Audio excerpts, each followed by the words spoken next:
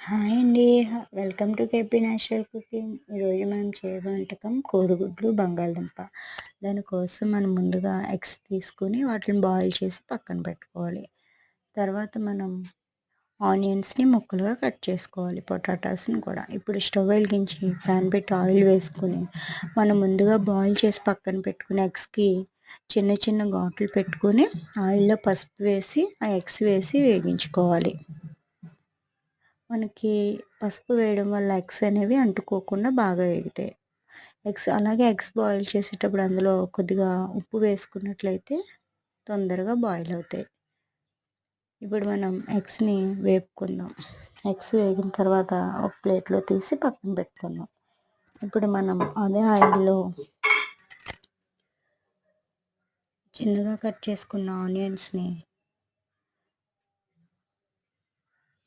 మనం ఆయిల్లో వేసి కాస్త ఉప్పు వేసి వేగించుకుందాం.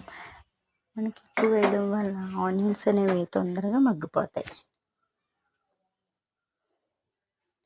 అలాగే ఇందులో ఒక 5 పచ్చిమిర్చి ఘాట్లు పెట్టి వేసుకుందాం కాస్త ఆనియన్స్ మగ్గిన తర్వాత.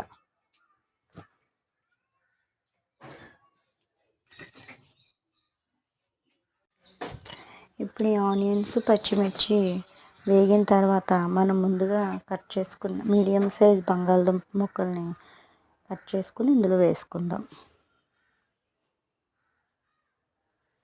ఇప్పుడు బంగాళదుంపలు వేసుకున్నాక ఒక 5 to 10 మినిట్స్ ఉడికించుకోవాలి. ఇప్పుడు చూసారా, బంగాళదుంప మొత్తం ఉడికిపోయింది.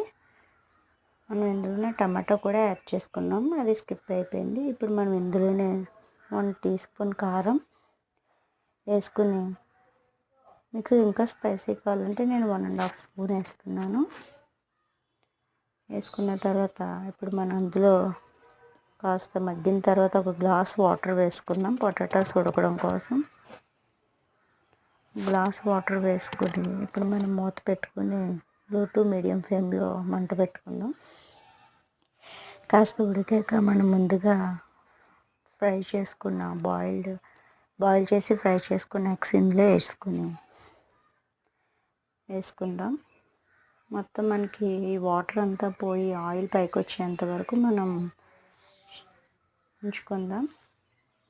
చూసారా, లాస్ట్లో మనం కొత్తిమీరతో గార్నిష్ చేసుకుంటే అంతే, ఎంతో రుచికరమైన కోడిగుడ్డు బంగాళదుంప కూర రెడీ. మొత్తం అంతా దగ్గర పడ్డాక మనం స్టవ్ ఆఫ్ చేసుకుని సర్వ్ చేసుకోవాలి. Please subscribe my channel.